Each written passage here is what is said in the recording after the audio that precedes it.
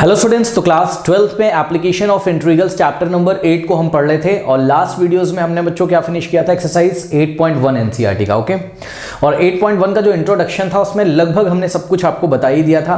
अब देखिए बच्चों, यहां पर हम स्टार्ट करेंगे इंट्रोडक्शन टू एक्सरसाइज 8.2। ठीक है, लेकिन एक बात बता दूं, अगर आपने पहले की वीडियोस देखे हैं तो 8.2 में कुछ है ही नहीं, सब कुछ मैं 8.1 में ही बता चुका हूं। अब कुछ नहीं करना है, इसमें मुझे कुछ पढ़ाना नहीं है। ठीक है, इसमें मैं एनसीईआरटी के एग्जाम्पल लेते जाऊंगा आपके और आपसे खुद पे खुद भी सॉल्व होते जाएंगे। अब इसमें कोई खास चीज है नहीं। टॉपिक का नाम क्या है? Area between two curves. ठीक है, टू कर्व्स का आपको इक्वेशन दिया होगा, कर्व ड्रॉ करिए, उनके बीच में जो एरिया आ रहा होगा उसको फाइंड करिए, जो पुराना मेथड हमने आपको डिस्कस किया है। जिनको नया वीडियो मिला है बच्चों, अगर आपको इसके पहले के मेथड्स जो हमने पढ़ाए हैं जानने हैं, इसके पहले की वीडियोस देखने हैं, तो कमेंट सेक्शन चेक करिए। जो पिन कमेंट होगा एक सबसे ऊपर आ रहा होगा, रीड मोड पर क्लिक करोगे ना तो आपका पूरा सिलेबस वहां मिल जाएगा। वहां पे जाके आपको chapter number 8 applications of integral पे क्लिक करना है, तो उसके पहले की वीडियोस आपको मिल जाएंगे। ठीक है, तो आइए इस टॉपिक को हम स्टार्ट करते हैं। Area between two curves with the help of NCERT example number 6। देखिए क्या कह रहा है, find the area of the region bounded by two parabolas. तो देखो बच्चों, ये फर्स्ट आपका पैराबोला है y equals to x square, ये सेकंड पैराबोला है y square is equals to x. सभी बच्चे पहचान गए होंगे ये वाले पैराबोला को। देखिए y is equals to x square लिखा है इन्होंने, तो मैं इसको x square is equals to y लिख सकता हूँ। This implies okay. और सेकंड वाले को देखिए y स्क्वायर एक्स है, ये सही है क्योंकि एक्स स्क्वायर वाला टर्म हम लेफ्ट में रखते हैं, आपको पता है। अब देखिए ये पैराबोला आपको कैसा लग रहा है, याद करिए, ये x square is equals to 4ay type का आपको लग रहा है, तो ये तो अपवर्ड पैराबोला है। तो आइए जरा फटाफट इसको हम लोग बना लेते हैं। ठीक है स्टूडेंट्स, तो ये देखिए ये वाला जो पैराबोला है ये आपका कुछ इस तरीके से आएगा।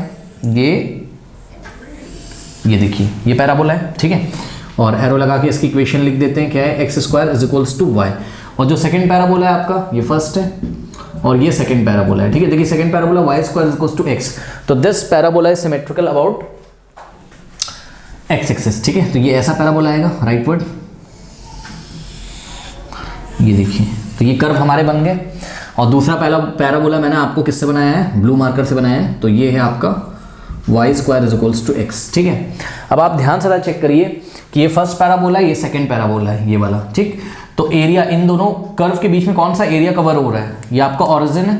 ठीक है, और अगर इस पॉइंट का नाम हम ए रख दें तो ध्यान चेक करो, ये वाला जो रीजन है ये सबको दिख रहा होगा।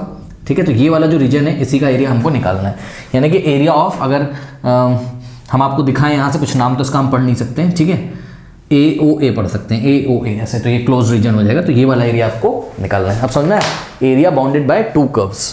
चलो, अब ये बहुत इजी है, कैसे फाइंड करेंगे देखिए। इसमें करना बच्चों कुछ नहीं है, जो हमने लास्ट टॉपिक में किया था वही करना है। एक वर्टिकल स्ट्रिप बना लीजिए। ठीक है, तो देखिए यहाँ पर हमने एक स्ट्रिप बनाई, ये देखिए ये हमने एक वर्टिकल स्ट्रिप बनाई और इसके टॉप पॉइंट का नाम क्या है, P है, और इसके बॉटम पॉइंट का नाम क्या है, Q है। करेक्ट।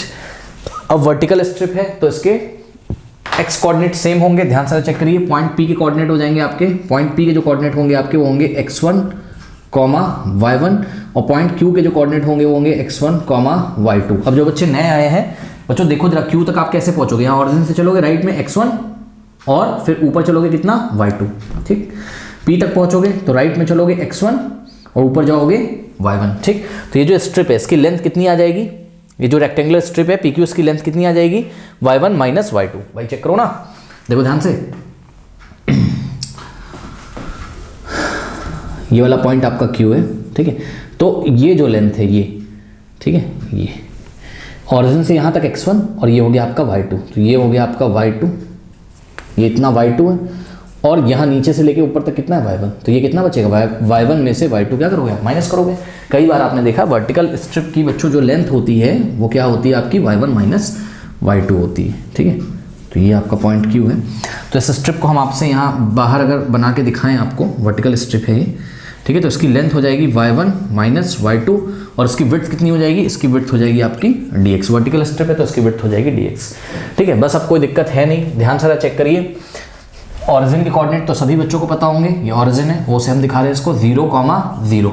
ठीक है, अब इस स्ट्रिप का एरिया कितना होगा, लेंथ इनटू विड्थ। ठीक है, तो y1 minus y2 into width कितनी हो जाएगी इसकी, dx। अब सुनो, आपको तो ये वाला पूरा रीजन चाहिए है ना, एरिया बिटवीन टू कर्व्स चाहिए, तो इस स्ट्रिप को आप लेफ्ट से राइट मूव करा के इसके बारे में सोचो। जैसा हमने आपको पहले बताया था, ये स्ट्रिप लेफ्ट से राइट जब चलेगी तो हमें चेक क्या करना होता है, हमें चेक करना होता है स्ट्रिप के जो टॉप वाला पॉइंट है और जो बॉटम वाला पॉइंट है क्या वो एक ही कर्व पे चल रहा है, यानी कि उसके लिए, किसके लिए, स्ट्रिप का जो टॉप वाला पॉइंट P है और बॉटम वाला पॉइंट Q है, ठीक है, उसके लिए कहीं फंक्शन की डेफिनेशन तो नहीं चेंज हो रही है। आइए जरा देखते हैं। तो देखो बच्चों, जब ये स्ट्रिप ऐसे लेफ्ट से राइट चलेगी इस एरिया के अंदर तो इसकी लेंथ लगातार चेंज होगी, ध्यान से चेक करो, PQ की लेंथ लगातार चेंज होगी। तो जब स्ट्रिप यहाँ पे होगी तो PQ आपको इतना दिखाई पड़ेगा, जब स्ट्रिप यहाँ आ गई तो PQ आपको इतना दिखाई पड़ेगा लेंथ में, जब स्ट्रिप यहाँ आ गई तो PQ आपको इतना दिखाई पड़ेगा। अब खास बात ये है कि ये वाला पॉइंट P है, ये नीचे वाला पॉइंट Q है, फिर यहाँ स्ट्रिप आ जाएगी तो ये पॉइंट P है और ये Q है। खास बात ये, जब स्ट्रिप लेफ्ट से राइट चल रही होगी तो अपनी लेंथ तो चेंज कर रही होगी, लेकिन इसका जो टॉप वाला पॉइंट है P लगातार ये ब्लू वाले कर्व पे रहता है। ध्यान से चेक करो,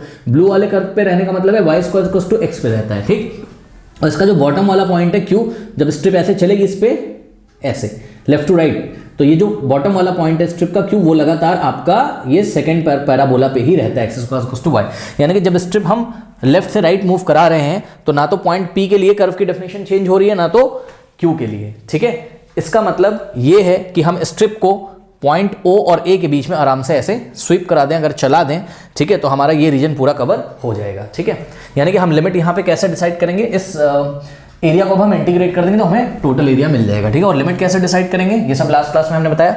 ऑपरेटर dx लगा हुआ है, तो आप इस स्ट्रिप के चाहे पॉइंट P को देखिए और चाहे पॉइंट Q को देखिए। सपोज मैंने पॉइंट P को देखा तो पॉइंट P, ध्यान से चेक करो, कहां से कहां चलेगा, O से A तक। तो पॉइंट O का आपको x कोऑर्डिनेट चेक करना है, तो पॉइंट O का x कोऑर्डिनेट कितना है, 0 है, ठीक है। और पॉइंट A का आपको x कोऑर्डिनेट देखना है, लेकिन पॉइंट A के अभी हमने कोऑर्डिनेट्स ही नहीं निकाले। तो ध्यान चेक करो, ये पॉइंट A जो इंटरसेक्शन है, parabola x square equal to y और y square equal to x का इंटरसेक्शन है। यहाँ पे दोनों पैराबोला इंटरसेक्ट कर रहे हैं, तो हम इन दोनों पैराबोला को सॉल्व कर लेते हैं। जो हमारा आंसर आएगा वहां से हम पॉइंट A के कोऑर्डिनेट बता सकते हैं आराम से।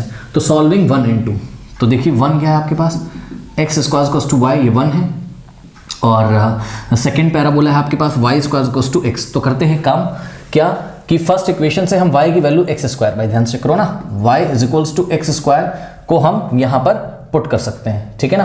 तो y is equals to x square अगर हम यहाँ पे पुट करते हैं तो क्या हो जाएगा, ध्यान से चेक करिए जरा, ये हो जाएगा आपका, देखिए y की जगह हमने क्या रखना है, x का स्क्वायर, तो यहाँ y स्क्वायर है, तो ये देखिए y का स्क्वायर है, ठीक। तो y की जगह हमने x स्क्वायर रखना है, तो x स्क्वायर का स्क्वायर हो जाएगा इज इक्वल्स टू x।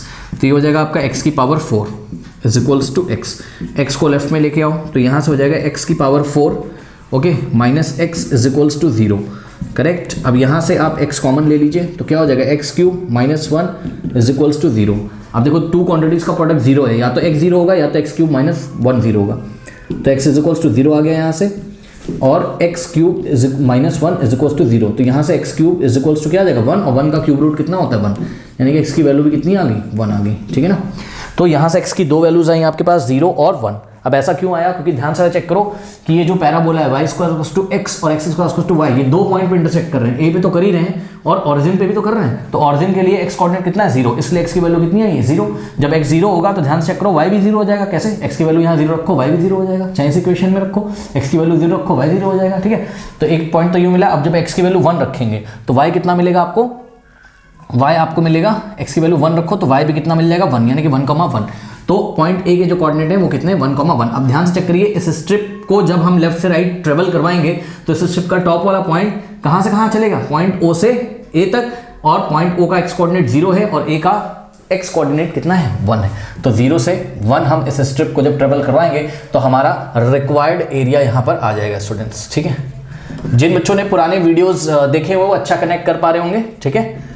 तो रिक्वायर्ड एरिया यहाँ पे आ गया। अब हम क्या चेक करते थे कि y1 हमें कहाँ से निकाल के लाना है, वहाँ y2। अब ध्यान से चेक करिए बच्चों, देखिए ये y1 कहाँ लाई कर रहा है, तो ध्यान से चेक करिए, पॉइंट P के कोऑर्डिनेट क्या थे आपके, पॉइंट P के कोऑर्डिनेट थे आपके x1 y1, याद करिए पॉइंट P कोऑर्डिनेट थे x1 y1। तो ये y1 कहाँ लाई कर रहा है, ये ब्लू वाले पैराबोला पे, यानी कि y1 की वैल्यू आपको ये ब्लू वाले पैराबोला से निकाल के लानी है। और ब्लू वाला जो पैराबोला है, ये वाला जो पैराबोला है, यहाँ पर y कितना है आपका, y square equals to x, तो यहाँ से y की वैल्यू निकालोगे तो y इज इक्वल्स टू क्या आ जाएगा रूट x, ठीक। तो यहाँ पर y की जगह हमें क्या रखना है रूट x, तो यहाँ हमने रखा रूट x माइनस y2।